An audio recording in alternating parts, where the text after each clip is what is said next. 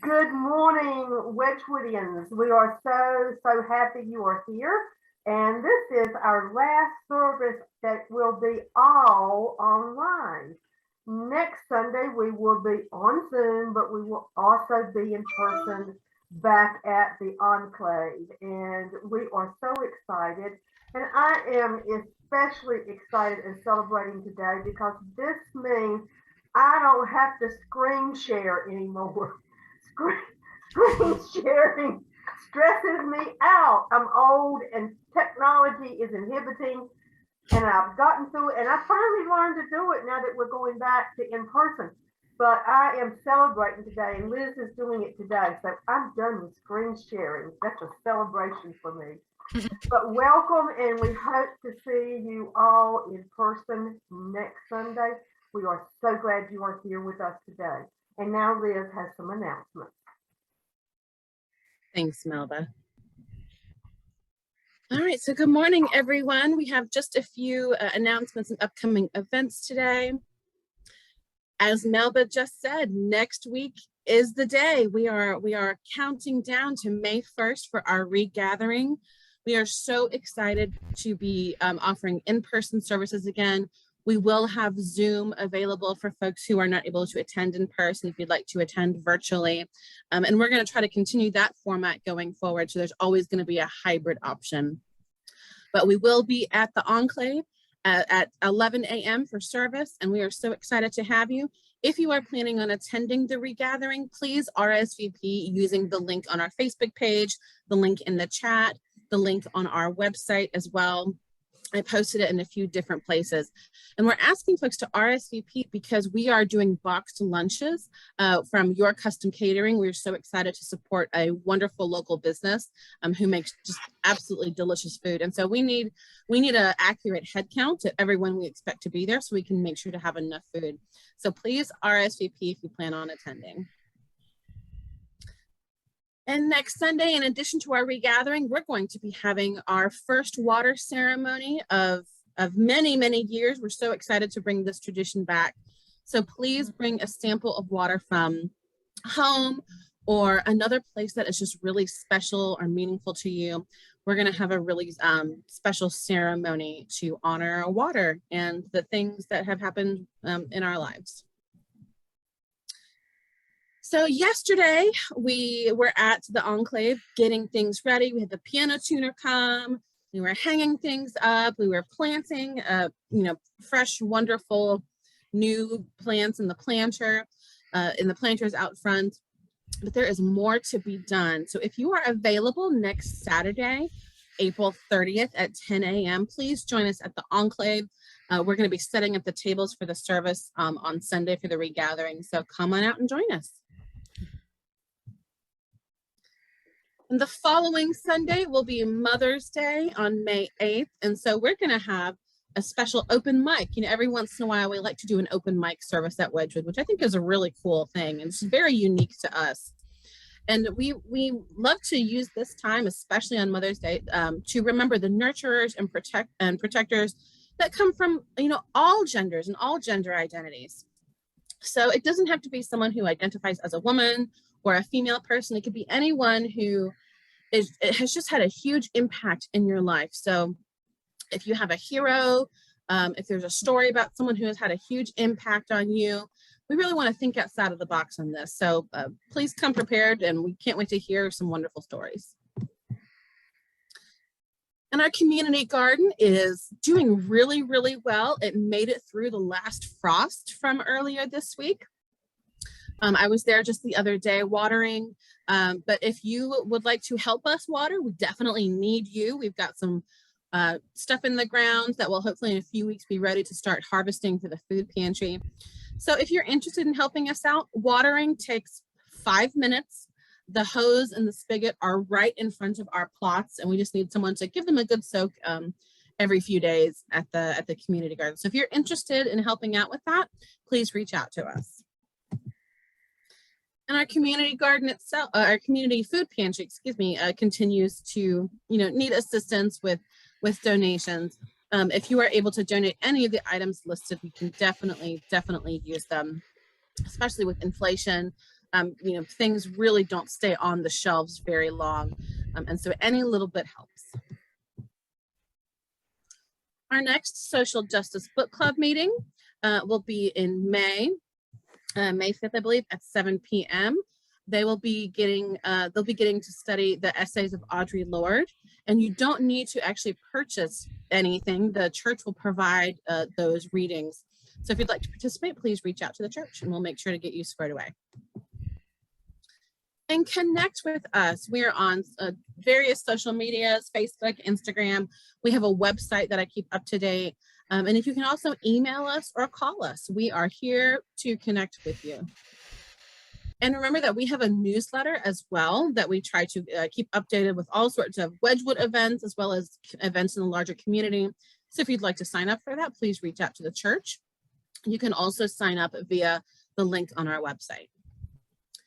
And connect with us. We, the Wedgewood Community Church staff, are here to help. Melba Evans is the ministerial coordinator. I'm Elizabeth Shobe, and I'm the community outreach coordinator, and Ashanti Munir is our fabulous music coordinator. We ask that you please continue supporting the ministries of this church community by mailing your donations to the P.O. box listed. You can also give via Venmo, PayPal, or Zelle. Thank you so much. Our opening words this morning were written by Anna Lee Walters, read by Ashanti. I am the earth. I am of the earth. She is my mother. She bore me with pride. She reared me with love. She cradled me each evening. She pushed the wind to make it sing. She built me a house of harmonious colors. She fed me her fruit of her fields. She rewarded me with memories of her smiles. She punished me with the passing of time, and at last, when I long to leave, she will embrace me for eternity. I am of the earth. And now, Raquel will read our extravagant welcome. We are all welcome here. Welcome to a church that works for peace, justice, equality, and the care of Mother Earth. An extravagant welcome to you because of your gender identification, sexual orientation, ethnicity, economic situation, physical and mental challenges, doubting or believing, being depressed or full of joy. We are a community of curious and creative spiritual seekers, striving to learn and embody the way of Jesus and other spiritual leaders. Like Jesus, we focus on the plundered and the marginalized as we try to address the major issues of our day. One of the ways that we seek to heal the world and ourselves is through sharing parts of our personal story. We are all welcome here. We are We are all welcome here. here. Yes, we are. We are all welcome in this space. And we want to go down to our time of celebration and concerns. Several people on our list this morning. Dr. Finger is still recovering from COVID. Brad seems to be doing much better, but we still have to remember him and lift him up. Naj, also in her brand new apartment. Raquel's grandmother. And we had an outreach this morning from a former member, Clarabelle, who is having some serious health concerns, and Clarabelle has asked for us to lift her up and remember her. Friends of Betsy, Grady, and Donnie, who are also having tremendous health challenges we want to remember. And Adam Fisher, who is a member of Wedgewood Church and is just kind of getting some double whammies of grief coming his way. And we want to remember him and lift him up in his time of need. Are there others or any comments anyone would like to make? I would like to share. Go ahead. Okay. Okay, thank you. So I mentioned my friend Rachel in Virginia a few weeks, maybe a month or so ago. And I'd like to share an update from her. She texted me this week about that. So I'm just going to read from the text, but I will abbreviate it. Okay. So she was due to have a procedure on Thursday of this week. And so she texted me saying, I was able to come home last night because she did not have to have the surgery. When she awoke from being under anesthesia, the doctor advised her that a thin membrane had formed and that her fistula was gone. She said that in her entire career, this is the second time that she's only seen that. The doctor said that she knew that Rachel had told her that people had been praying for her. So apparently the prayers were answered. Rachel does have to continue to wear a device for just a couple of weeks to assist in the healing process. God is so good and he truly does answer prayers. So she's truly thanking us and the Wedgewood community that she is even unaware of for agreeing with her in prayer. God has answered her prayers and she is so humbled by this and full of so much gratefulness. So thank you so much for doing that. And it is so certainly appreciated by Rachel and I. Thank you. Oh, that is a real celebration this morning. Yes, yes, it is. Thank you. Just wonderful. Jackie told me yesterday she had an announcement and had me in suspicion. So that's awesome. I just couldn't even imagine what it was going to be, but we're all just thrilled with her. Yes, and I think one of the beauty as I see it is that God does not operate in a place of being a monopoly. So what he does for others, he can certainly do for you in abundance as well. Thank you. Thank you. Great news. Any Melba, others? request, if you don't mind. My husband and I are getting away to go to the Outer Banks from Monday through Wednesday, and just some prayers about our traveling and that my brother does well without us here. So thank you. Wonderful. A well-deserved break, Betsy. Any others? We always remember the people of the Ukraine on our Sundays and times together, and just everyone that is affected by what's going on in the Ukraine. We just lift that whole situation up in our positive thoughts, meditations, and prayers, and also the elections that are coming up midterm, that people, as Connie said, will get out and vote and will make wise choices for the common good and for the environment and for all of us. Those are two things that we've kept on our list for the last several weeks. So we want to continue lifting those up. And we'll have a time of silence now. If you are a person who believes in prayer, use this time for prayer. If not, use it for meditation. Use it for a quiet time just to self-reflect, or just use it for a time to relax for a minute and shake some things off as we go into our service.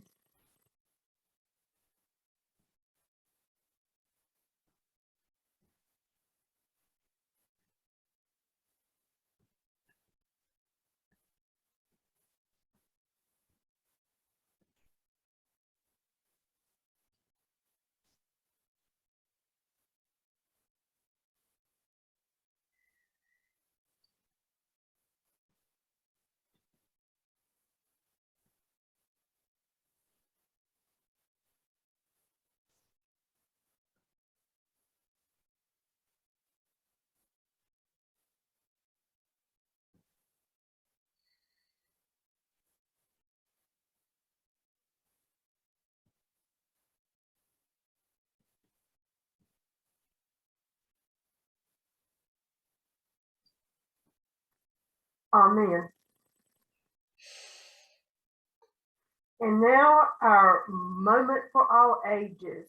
So if you have children nearby, bring them to us, the screen. And if not, we are all young at heart. So the moment for all ages is a moment for all ages. Gavin isn't feeling well this morning. Oh, that's Yeah. okay. We all have those days. Yeah, I was just checking on him. Yeah. I'm feeling great though, because April is Earth Month. And yesterday we got to go to Wedgewood, and Ashanti and I were digging in the dirt, and Yeah, we put hydrangeas in the planters, and that all was sorts of fun. beautiful stuff. It was so fun. We were talking yesterday about how, you know, I love to garden, but I don't wear gardening gloves usually, because there's just something about putting my hands in the earth that's just so grounding for me. And I've been thinking lately about all the different ways that we can celebrate, honor, and protect the earth, because really we all need to do it together, right? One person can make a difference, and when everybody's doing it together, that can make a huge difference. Because our planet's kind of sick right now, and there's a lot that we need to do to make it better. And one small thing that I've been thinking about doing with my gardening is trying to think of some more environmentally friendly ways to garden. And one of the ways that I found is by using this. Can anybody tell me what this is? The toilet paper roller? It's a toilet paper roll, yes. And it's made of cardboard, which is an organic material. And I am so excited because I love trying new things and learning new things. And I tried to grow some plants from seeds earlier in the late winter, early spring, and I wasn't so successful. But the thing is, even when you're not successful, there's still a lesson to be learned. And so, you know, I'm going to try a new way of doing things. And so next time, I'm actually probably in the next week or so, I'm working on collecting a bunch of these. If anybody has any extra toilet paper rolls, save them for me, because I'm going to use these to sow some seeds. I'm going to cut strips in the bottom of this roll, and I'll fold it over, and it'll become like its own little mini pot. And because it's made of cardboard, which is an organic material, I can plant it directly in the ground, and it'll decompose and become compost and fertilize the soil. So it's continuing that cycle. And it's just a really environmentally friendly way to garden, because not all gardening methods are actually environmentally friendly. And so this is one good way to do that. And I wanted to share that with folks, because this can be a really fun project, especially with kids, to, you know, get some dirt and plant them in here and stick it in the ground. It's just a really fun project. And I wanted to share it with folks in honor of Earth Day and Earth Month, and in honor of us digging in the dirt yesterday and getting our hands dirty and connecting with the soil. So as we go through this week and finish out Earth Month, I would like for folks to think about some little things that you could do in your everyday lives that are more environmentally friendly, so that we can all be better stewards of the earth. Thank you. Thank you. Short and sweet today. That's a great idea that we can all use and recycle those to grow and help our earth. Thank you, Liz. And now our words of Wrapping wisdom. paper tubes would work too. Yeah, I didn't show them, but I've actually got a paper towel roll that I'm going to cut in half. So you could use longer tubes too. Yes, absolutely. And now our words of wisdom, the Beatitudes, based on a reading by Reverend Anna Bladell and Reverend M.J. Bartlett, being read this morning by Thomas Hanson and Laura Bazan.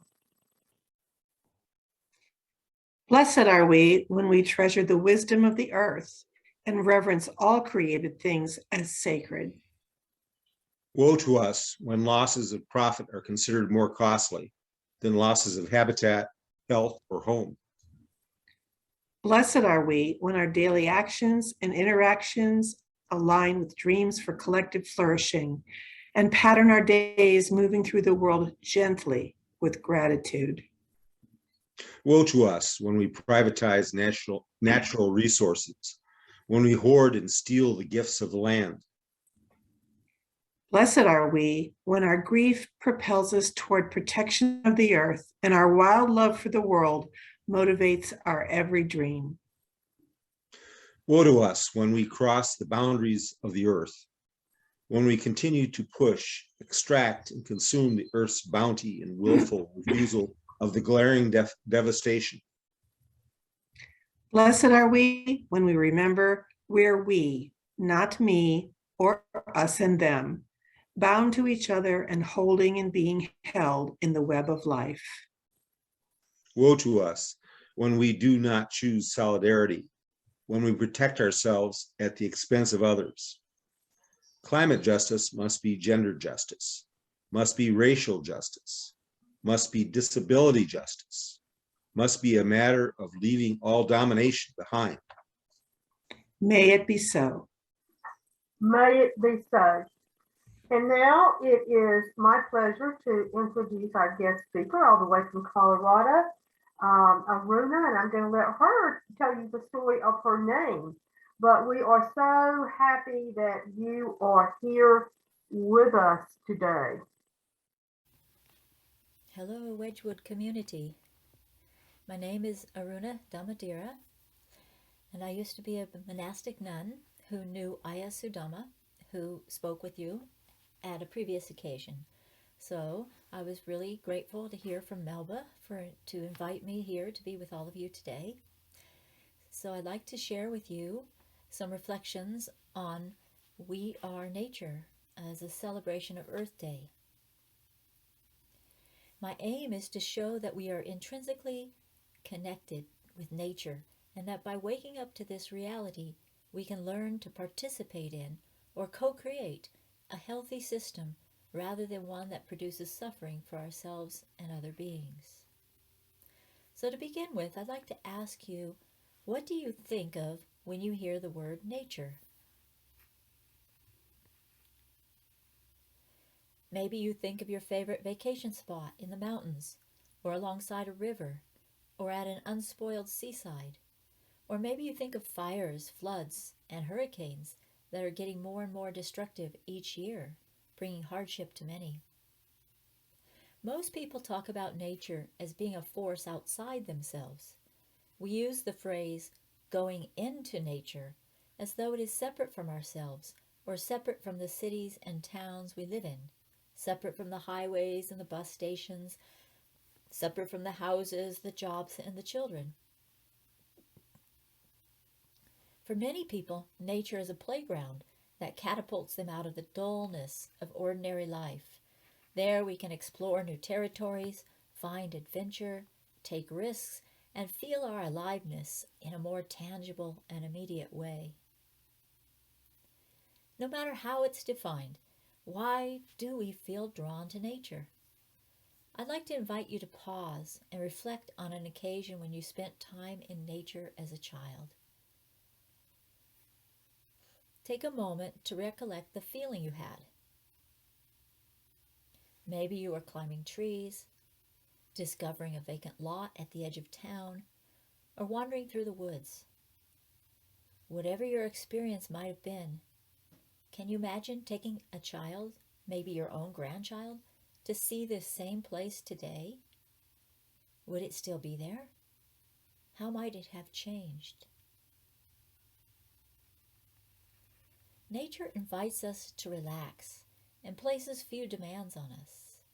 The plants, rocks, and streams don't ask us to be anyone in particular. Nature calls us into our senses, and our senses keep us grounded in the now. This is why it feels so good to reconnect with nature. We intuitively know that we are part of something so much more vast than what our society tells us, and when we are separated from the whole, there's something profoundly missing. Nature offers herself to us in an unpretentious way. It is just what it is. When we spend time in nature, we find that we are able to drop our stories and our associations with our normal routines. As we spend more time in nature, we find that it's easier to enter a state of being rather than the usual hurried state of doing. Separate from our everyday surroundings and from our roles and identities, we experience a sense of relief. Our minds need a break from their normal intense way of attending. Empirical studies have reported that experiences of natural environments provide greater emotional restoration with lower instances of tension, anxiety, anger, fatigue, confusion, and total mood disturbance than urban environments with limited characteristics of nature. Physiological responses triggered by connections with nature include relaxation of muscles, as well as lowering of diastolic blood pressure and cortisol levels in the bloodstream. But more than just relief, I think we intuitively know deep down that the natural world is our origin. Looking at the derivation of a few words can provide clues to the connection we have with nature, a connection that has been strained as our technology removes us further from our direct contact with it. The word nature comes from natura, which means birth, as in natal and native. It is where we come from as biological organisms. It reminds us of our own nature, the elements that we share: earth, water, wind, fire, and space, and the interconnected flow between them. So it's kind of odd that human nature is usually thought of as separate or fundamentally different from the rest of nature. The word human comes from the Latin word humus, meaning earth or ground. The word ecology comes from eco, meaning home, and ology, meaning knowledge or understanding. The question is, do we really know our home? Do we know it in an intimate way, not just intellectual knowledge? Our bodies are home to literally millions of microscopic creatures, more non-human elements than strictly human ones. This includes bacteria and viruses. In fact, what is us and what is them gets very shady when you start to really look at it. For the most part, we have managed to cohabitate with them, though in the past couple of years, we know how these tiny organisms can provide powerful change to the way we live. When we are in harmony with nature, when we find our place of belonging amongst the whole of life, then we can dwell in peace, with balance, and mutual benefit in this world. On the other hand, if we do not fulfill our role within this larger scheme of natural law, we will sacrifice our well-being and also the well-being of other species, replacing what could be a beautiful relationship with one of suffering. To understand nature's law, what in Buddhism is called the Dharma or Dhamma, we need to use our observation. We observe not only what is outside ourselves, but also what is within. The more we do that, the less division we see between the two. As I mentioned earlier, our bodies are made of the same elements as the planet we inhabit: earth, water, air, fire, and space. Let's take a few minutes to explore each of these in our own direct experience. To begin with, notice the earth element within you right now, that which is solid or hard, such as bones, nails, and teeth. Can you feel the earth element in the weight of your body?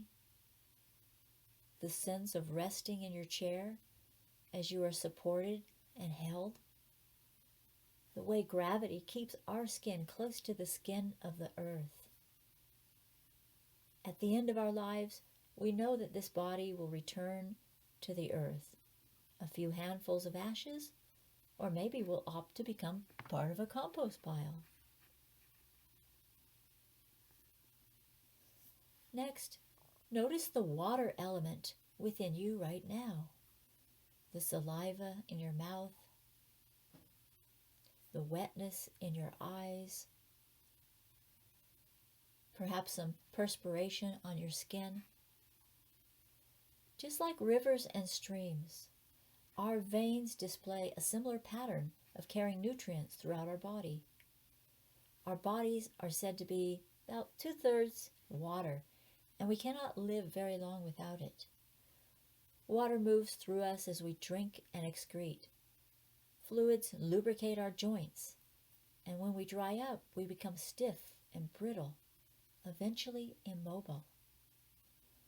All of life depends upon clean water, and we know that less than 3% of water on this planet is drinkable. Something we take for granted is actually very rare and precious. Next, notice the air element within you right now as you take in a deep breath, followed by a nice long out breath. This movement of molecules that we call breath is our very life. The word respiration is related to the word spirit, something so essential and present, but so often overlooked. Many ancient cultures have ways of using the breath to connect with spirit, be it pranayama in the Vedic tradition or anapanasati, mindfulness of breathing in Buddhism. Zen master Thich Nhat Hanh writes beautifully about the breath when he says, quote, "Breath is the bridge which connects life to consciousness, which unites your body to your thoughts. Whenever your mind becomes scattered, use your breath as the means to take hold of your mind again." End quote.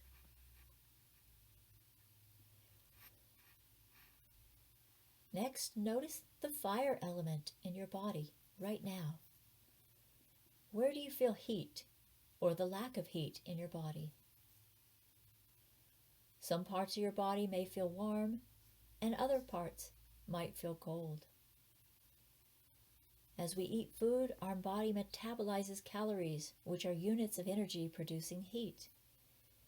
If our internal temperatures increase or decrease even a few degrees, it may indicate that we are sick.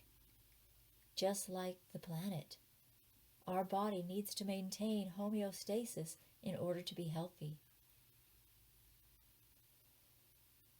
And lastly, let us recognize the space element within our bodies right now. That which permeates even the seemingly densest matter, bridging the inner and the outer, the dark and the light, that which allows everything else to move through it while rejecting nothing. This quality of space is likened to awareness that embraces life impartially. We can think of awareness as the vast open sky through which everything comes and goes. It's important to recognize that these elements are not separate from each other. There is a dynamic interplay between these elements. For example, when I spend time outside on a hot day, the fire element enters my body, causing the water element to emerge as perspiration. In the same way, when the fire element on our planet increases beyond its normal limits, the waters rise, the winds increase, and the soils wash away. Here's your reminder. Download music. Here's your reminder. And like all living creatures, we too are dependent upon constant replenishment and renewal for our continuation. Humans like to think of themselves as independent and in control, but in actual fact, we aren't. We can't tell the sun to stop shining so as to eliminate droughts and fire. We can't tell the winds to stop blowing or the oceans to stop rising. Thinking that we are in control is hubris, an overestimation of our power. We can notice that life is a process, whether it's inside of us or outside of us. Just as the waters move over the earth in streams that flow to the ocean and evaporate into clouds that descend once again as dew, rain, hail, or snow upon the ground, so too our own lives move from conception to birth, youth, old age, and death. Impermanence is what joins us all in this circle of life. And we can notice the influence we have on the world around us. Do you recall there was a period of time during the COVID-19 pandemic when we saw how nature started to return to a more healthy state as we humans sheltered in place and curtailed our travels? Clearly, our impact on our planet has not been overwhelmingly beneficial. Why is that? Most people still take notice of a beautiful sunset and appreciate pristine beaches, clean rivers, and wildlife. Why don't we connect our activity to the daily disappearance of species? Is it that we don't see what we don't want to see? Or is it that we are just so accustomed to our conveniences that we don't realize that the losses that we are experiencing on this planet far outweigh them? I'm sure that many of you do see this impact and are greatly distressed about it. You may be doing your best to make a difference individually, but doubt that your efforts will reverse the harm done to the planet when corporations and those in power have other aims in mind. Perhaps as you hear these words, you might be experiencing a sense of despair. What hope is there for this planet when humans are so short-sighted and self-centered? What good will it do if I exert my full effort to live with a low carbon footprint and some crazy person on the other side of the world decides to start a nuclear war? Surely there are things beyond our control that leave us feeling helpless. It's important to remember that not all positive impacts can be measured. A heart of loving kindness has immeasurable power. And yet, when we look at what is happening on the world stage, we can easily become angry, frustrated, and despairing. So, should we give up? Do nothing? Is there not also goodness, intelligence, and compassion in the human race? If I didn't think there was, I wouldn't be sharing these words with you. Each of us has the capacity to be aware and to change our behavior when we see that doing so promotes more health and benefits the whole. And if we do experience setbacks, the spiritual resources that we are cultivating right now provide us with the resilience to keep going. As Charles Eisenstein, a visionary ecological thinker of our day, says, there is a, quote, more beautiful world that our hearts know is possible, end quote. How can we start to create and embody that in our own communities, this more beautiful world? Touching one life ripples out and touches other lives. No act of kindness is too small. It's helpful to join with others in our efforts so that we don't feel alone, overwhelmed, or insignificant.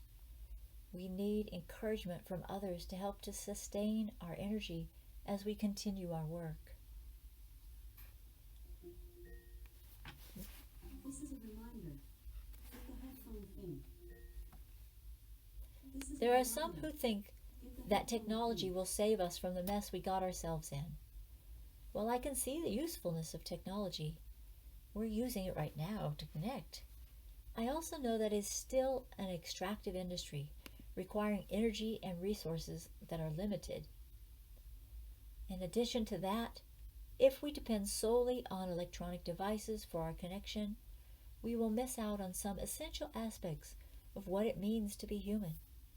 Touching the hand of another or giving a hug, smelling and tasting the home cooking of a friend when we visit and sit outside on the porch to eat, playing with the children rather than sitting them in front of a screen.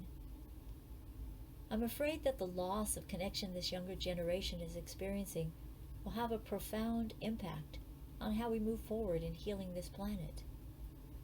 There may be more of a tendency to want to inhabit another planet if we don't connect to this one. So how do we change this sense of separation that underlies so much of our activity and honors the earth? Well, first, I think we should honor our elders, the indigenous people who have learned how to live in harmony with the earth. The idea of living in such a way that 7 generations beyond oneself can also share in the abundance of life is not only responsible, but generous. Traditional cultures have long used practices that only now science is discovering to be true. For example, science now recognizes that herbs and essential oils from plants and trees have a positive effect on the healing process and the human immune function. Many of our pharmaceutical drugs are derived from plants in the forest and jungles, which unfortunately are rapidly disappearing. Let us recognize the natural elements wherever we are, whether in our home, backyard, or in a park. We can observe what is going on without the electronic devices interfering, just being there. To do that, we need to slow down, pause, and reset. Research has shown that strong or routine connections with nature can provide opportunities for mental restoration, during which time our higher cognitive functions can take a break, leaving us with a greater capacity for performing focused tasks afterwards. Let us use our senses. The act of touching plant life has shown to induce relaxation through a change in cerebral blood flow rates. The experience of touching other elements in nature, such as water, rocks, or even feeling the breeze on your skin, may result in similar health outcomes. Let us be more aware of our own human nature as we experience the physical need to eat, drink, and excrete, and as we experience survival responses such as fear when a threat is perceived, or come in touch with our vulnerability to disease. It's not what we prefer to think about, but it reminds us that we are not invincible and that we are united with all beings in sickness, aging, and death. We can bridge the inner and outer nature. Through design or creative artistic representations, we can find that we can bring elements of nature into our living space, and that will remind us of the natural world. Not a substitute for actually being outdoors, but a way of reminding ourselves of our ongoing connection. What we frequently spend time with becomes part of us. There is a field of study called biophilic design that aims to bring natural elements into our living spaces so that we can have more a sense of connection of inner and outer nature. It is based on the premise that our health and well-being are actually impacted by our environment. Permaculture is also a design system that mimics the patterns in nature. Not only can permaculture be applied to gardening, but also to house building, community development, and much more. Think of how you can help to preserve natural habitats that are rich in biodiversity, or how you can support products that are less extractive or harmful to the environment, remembering that it is more helpful to reduce and reuse than to recycle. Honor our grief and pain. We lose elements of nature every single day. One species or another are gone. That wonderful creative principle that manifested all of this is now a little less rich. Let us take care of our hearts as we are also part of the whole. As we come in touch with our tenderness, we can embrace others who suffer and aid in the healing with our compassionate presence. We are not called to be strong in a calloused way, but to find strength through our woundedness. And lastly, let us celebrate and be in awe of what is here, whether it's for Earth Day or any other occasion. Can we join together for rituals that participate in life's abundance? Invite your neighbors to a potluck that incorporates your homegrown veggies. Or go on a hike with friends with the intention of taking care of the place that you adopt. Or simply rise to greet the sun and take note of its setting each day. I'm sure that your creativity will show you many other ways. So I thank you for your attention this morning, for your intention to bring your spirit, your body, your mind, everything together for the good of yourself and the well-being of the whole. May we join together with a collective intention to support life, our own, each other, and the whole universe that we are part of. Namaste.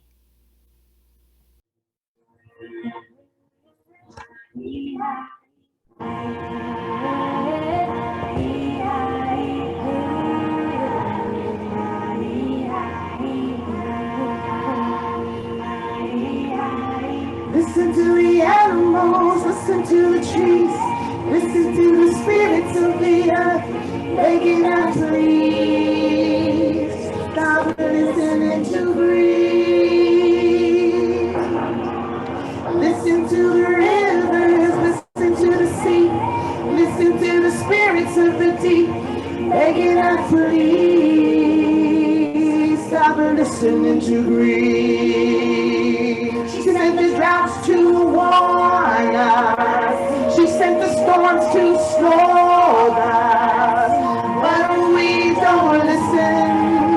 We burn and we break and we take and we take and we take till it's too late. Oh, where did the bees go? Where did the trees go? Where do men go when we have lost a heartbeat beneath his feet? Oh, this is our home. She gives us home, Mother Earth. Heart with a beat beats beneath your feet. Heartbeat beneath your feet. Heartbeat beneath your feet.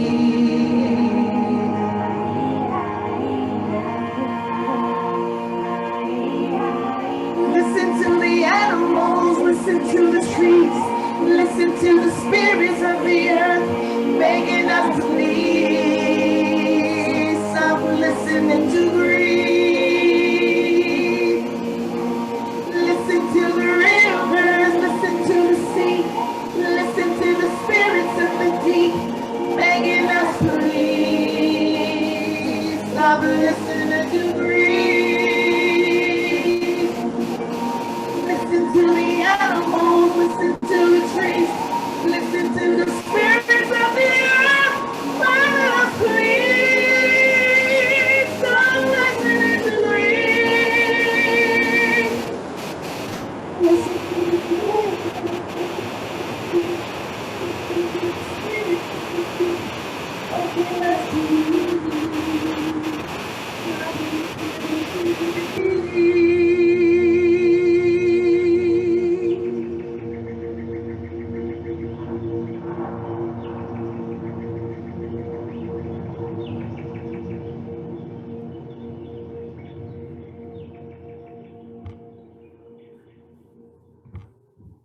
Amen.